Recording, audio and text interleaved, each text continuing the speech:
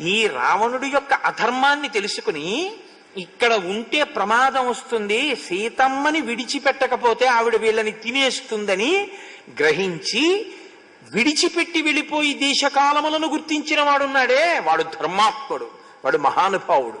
ఆయన విభీషణుడు వెళ్ళిపోయాడు ఇక్కడి నుంచి. కాబట్టి లంకలో అభ్యున్నతిని పొందేవాళ్ళు అంటూ ఉంటే విభీషణుడు ఒక్కడే. అందుకే కదండి వెంటనే పట్టాభిషేకం చేశారు.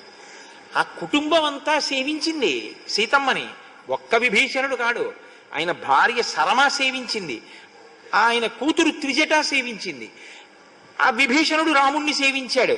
అందుకే ఆ కుటుంబమే అప్పటి నుంచి ఇప్పటి వరకు కూడా ఇప్పటికీ సముద్ర గర్భంలో ఉన్న కాంచన లంకలో విభీషణుడు ఇప్పటికీ పూజ చేస్తూనే ఉంటాడని, ఇప్పటికీ విభీషణుడు చిరాయువై ఉన్నాడని పెద్దలు చెప్తారు. అనడమే